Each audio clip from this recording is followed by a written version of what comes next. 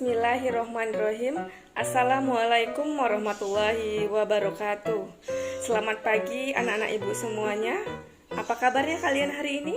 Semoga kalian selalu dalam keadaan sehat walafiat ya, dan tetap semangat meskipun belajar dari rumah.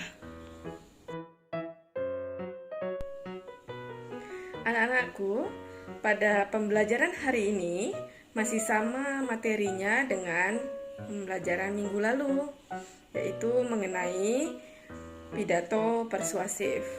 Hanya saja bedanya, kalau di minggu lalu kita membahas tentang struktur pidato persuasif. Namun, pada pagi hari ini kita akan mempelajari tentang kebahasaan pada pidato persuasif. Seperti apa ya unsur yang ada pada pidato persuasif itu? Yuk, mari kita pelajari bersama ya. Pidato persuasif KD 3.1 menelaah struktur dan ciri kebahasaan pidato persuasif tentang permasalahan aktual yang didengar dan dibaca. Adapun tujuan pembelajaran kita hari ini adalah peserta didik dapat menelaah ciri kebahasaan pidato persuasif. Anak-anakku, dalam pidato persuasif sebenarnya ada banyak aspek kebahasaannya, sama dengan teks yang lain. Nah, tapi pada kesempatan kali ini, Ibu akan membahas 4 saja. Yang pertama adalah nominalisasi. Yang kedua adalah bentuk pasif dan kata ganti orang. Yang ketiga adalah kosakata, dan yang terakhir adalah kalimat ajakan. Keempat aspek bahasa ini sering sekali kita gunakan saat kita menulis atau kita membuat teks pidato persuasif. Seperti apa? Kita bahas satu persatu. Baik, yang pertama adalah nominalisasi. Nominalisasi adalah proses tata bahasa mengubah kata kerja dan kata sifat menjadi kata benda. Nah, di sini Ibu memberikan 2 contoh. Yang pertama, bentuk kata kerja, yang kedua kata sifat. Nah, di kata kerja kita ada kata memberi. Nah, kata memberi ini kita beri imbuhan pe dan an. Ketika sebuah kata mendapat imbuhan pe dan an, maka dia akan berubah sifat menjadi kata benda. Nah, ketika kata memberi ini kita memberikan imbuhan pe dan an menjadi pemberian. Nah, kata pemberian ini menjadi kata benda ya. Nah, selanjutnya kata bersih. Kata bersih ini adalah kata sifat.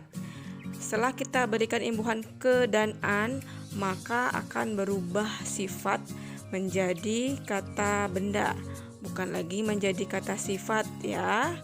Oke, kita lanjut. Yang kedua adalah bentuk pasif dan kata ganti orang. Nah, apa sih itu bentuk pasif?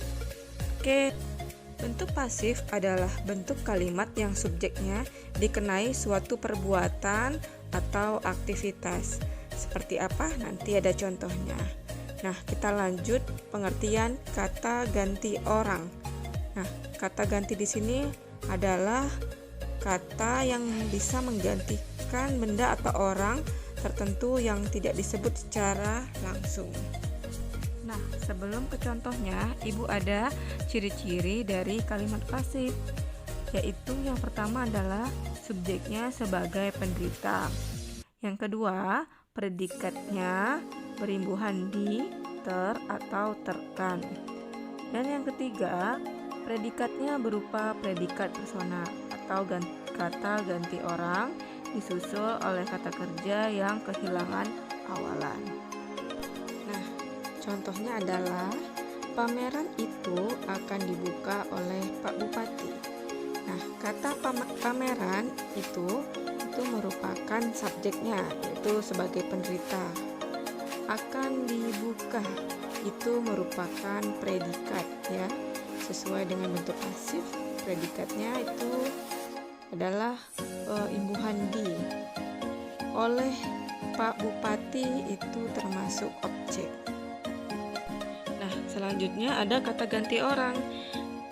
Di sini ada dua bagian. Yang pertama ada kata tunggal dan jamak. Nah, di kata tunggal dan jamak ini terbagi lagi menjadi 3 bagian. Yang pertama ada kata ganti orang pertama. Nah, kata ganti orang pertama ini adalah kita, ya. Sedangkan kata ganti orang kedua itu adalah teman kita yang kita ajak bicara. Dan kata ganti orang ketiga adalah orang lain yang kita bicarakan. Nah, gimana? Paham? Nah, oke. Untuk kata orang pertama tunggal di sini ada saya, aku, daku. Nah, untuk jamak itu ada kita, kami. Untuk kata ganti orang kedua tunggal itu ada kamu, anda, kau. Dan kata ganti orang kedua jamak ada kalian, kamu, sekalian. Dan untuk kata ganti orang ketiga tunggal itu ia, dia, beliau. Sedangkan kata ganti orang ketiga jamak itu ada mereka. Selanjutnya kita akan membahas kosakata.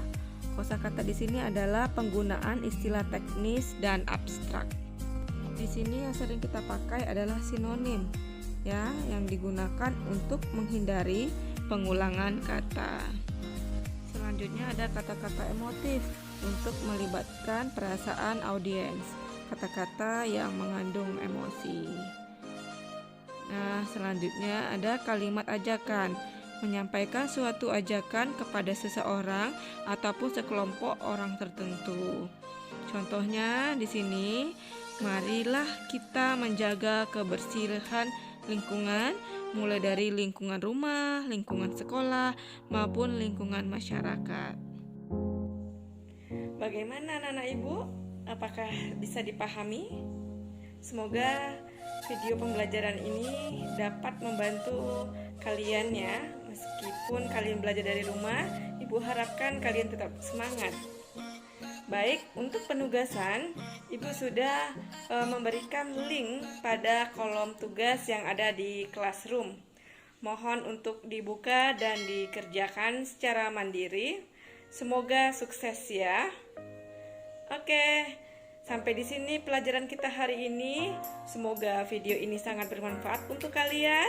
Ini saja yang dapat ibu sampaikan. Ibu tutup dengan salam. Assalamualaikum warahmatullahi wabarakatuh.